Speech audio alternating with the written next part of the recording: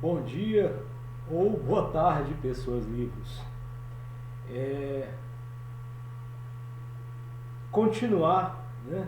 A continuidade das coisas é sempre muito difícil, né? É sempre muito trabalhosa.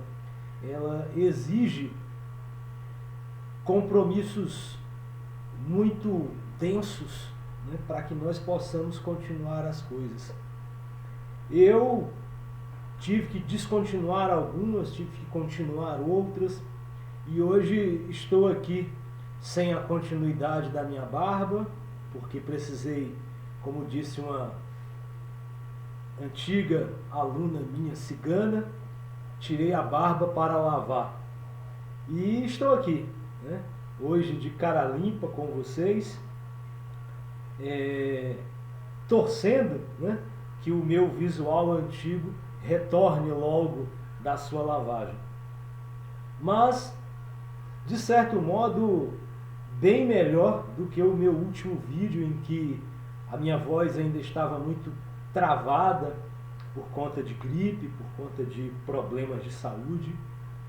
E quero dar continuidade às nossas leituras, quero fazer com que a continuidade surja e que a gente possa, nessa continuidade, relacionar, né, todas as nossas leituras possíveis e as que estão acontecendo em nosso canal, no canal Rimas.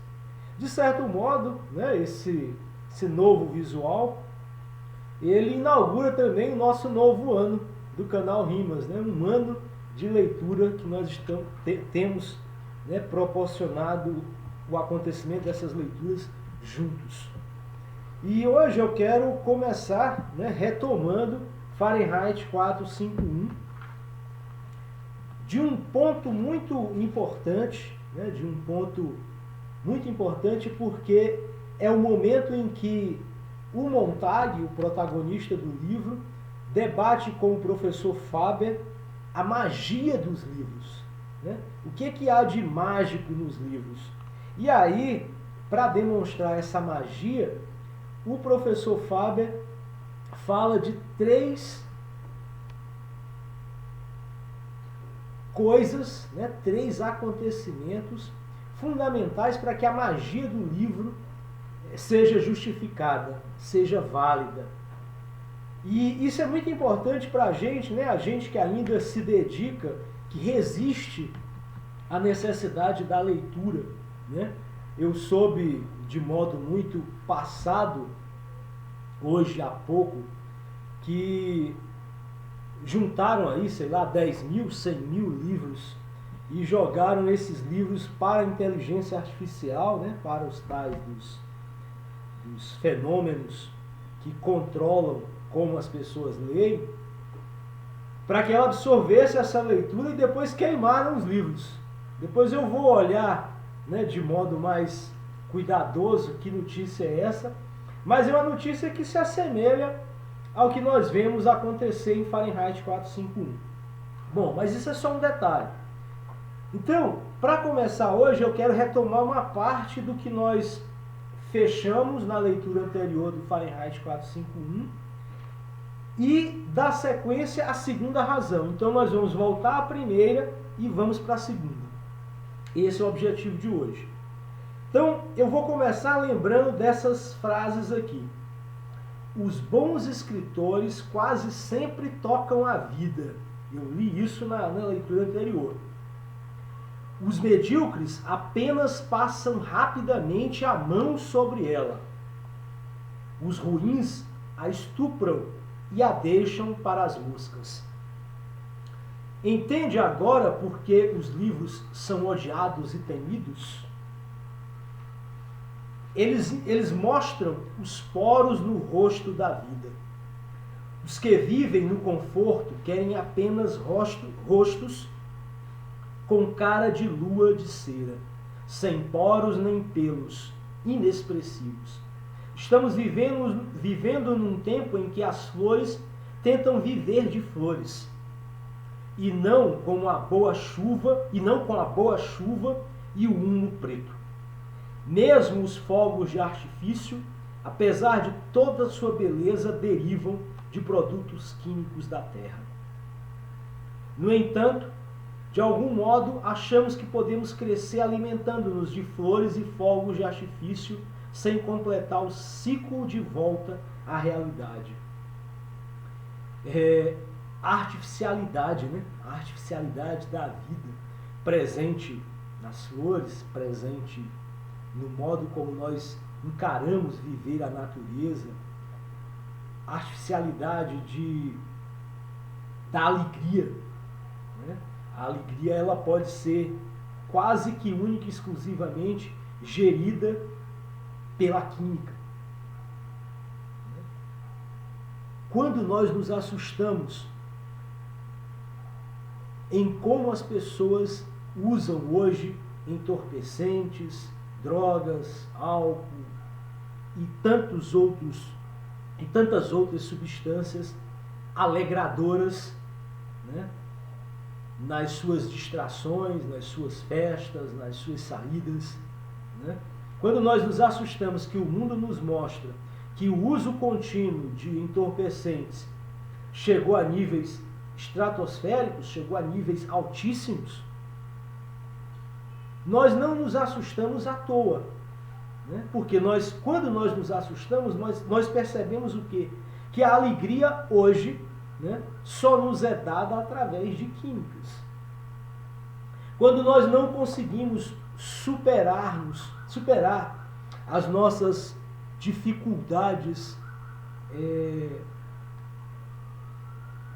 que são criadas dos nossos traumas, das nossas raivas, dos nossos medos, das nossas angústias, das nossas decepções. Quando nós não conseguimos superar tais feitos, né, tais agressividades à nossa alma, como nós superamos isso? Bom, é por aí. Vamos mais. No entanto, aliás, você conhece a lenda de Hércules e Anteu? O gigantesco lutador cuja força era invencível desde que ele ficasse firmemente plantado na terra? Mas quando Hércules o ergueu no ar, deixando-o sem raízes, ele facilmente pereceu. Se não existe nessa lenda nenhuma lição para nós hoje, nesta cidade, em nosso tempo, então sou um completo demente. Bem, aí temos a primeira coisa de que precisamos: qualidade, textura da informação.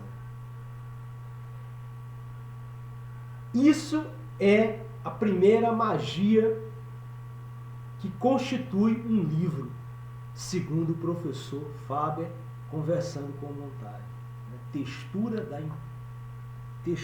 da informação, qualidade da informação. E aí ele vai para a segunda. Lazer. Ah, mas já temos muitas horas de folga, diz o Montag para ele. Horas de folga? Sim, professor Faber. Mas e tempo para pensar? Quando você não está dirigindo a 160 por hora, numa velocidade em que não consegue pensar em outra coisa senão no perigo, está praticando algum jogo ou sentado em algum salão onde não pode discutir com um televisor de 4 paredes. Por quê? O televisor é real, é imediato, tem dimensão, diz o que você deve pensar e o bombardeia com isso. Ele tem que ter razão. Ele parece ter muita razão. Ele o leva tão depressa às conclusões que sua cabeça não tem tempo para protestar. Isso é bobagem? É a televisão da nossa vida, né? Nós não conseguimos pensar quando estamos ali presos a ela, né? Presos às suas notícias, às suas informações. Hoje, inclusive, né, nós já colocamos a televisão nos carros. Além da alta velocidade que é desempenhada pelas pessoas nas rodovias, nas ruas das cidades, né, nós ainda, além da velocidade que não nos deixa pensar, porque vivemos o perigo, temos também a televisão para conviver junto com o perigo. Avancemos nas ideias do professor Faber. Somente a família é gente? Como disse, minha mulher diz que os livros não são reais. Graças a Deus que não, disse o professor Faber. Você pode fechá-los e dizer, espere um pouco aí. Você faz com eles o papel de Deus. Mas quem consegue se livrar das garras que se fecham em torno de uma pessoa que joga uma semente no salão de TV? Ele dá a você a forma que ele quiser. É um ambiente tão real quanto o mundo. Ele se torna a verdade e é a verdade. Os livros podem ser derrotados com razão, mas com todo o meu conhecimento e ceticismo, nunca consegui discutir com uma orquestra sinfônica de 100 instrumentos, em cores, 3 dimensões, e ao mesmo tempo estar e participar desses incríveis salões. Como você vê, meu salão não passa de 4 paredes de gesso. E veja, Faber exigiu 2 pequenos tampões de borracha para minhas orelhas quando ando nos jatos subterrâneos. O dentifrício de Rã, eles não tecem, nem fiam, disse Montag, os olhos cerrados. E para onde vamos? Os livros nos ajudariam? Só se nos fosse dada a terceira coisa necessária. A primeira, como eu disse, é a qualidade da informação. A segunda, o lazer para digeri-la. E a terceira, o direito de realizar ações com base no que aprendemos da interação entre as duas primeiras. E tenho dúvidas de que um velhote e um bombeiro amargurado possam fazer muita coisa a essa altura do campeonato. Eu não quero entrar na terceira agora, nessa leitura com vocês. Eu quero ficar aqui na segunda, na primeira e na segunda. A segunda foi o lazer. E o lazer aqui, nessa discussão do Montag e do Faber, ele tem a ver com pensar aquilo que nós lemos, debater aquilo que nós lemos, levar ao extremo a reflexão sobre aquilo que nós lemos. Quando nós lemos a televisão não nos espera, né, como disse o Faber, a pensar sobre o que nós estamos vendo. Nós temos que manter a nossa atenção aceitando toda a verdade que a televisão traz. Tudo que nos é dito. E aí nós absorvemos essas coisas que nos são ditas pela televisão como verdade. Nós não podemos fechar a televisão para pensar. Mesmo hoje, né, se a gente pensar nessa televisão que nós temos, que diz que nós podemos opinar através da internet, através do WhatsApp, através de todas as ferramentas tecnológicas que estão sendo disponibilizadas, é impossível emaranhar tudo isso, juntar tudo isso e fazer dessa forma de interação uma forma de discussão, debate, reflexão entre os milhões que assistem. Vejam, nós aqui que nos relacionamos em tão poucas pessoas, até agora nós não conseguimos debater entre nós sobre aquilo que nós estamos lendo. Seja por medo, seja por falta de tempo, seja por desinteresse, seja por correria.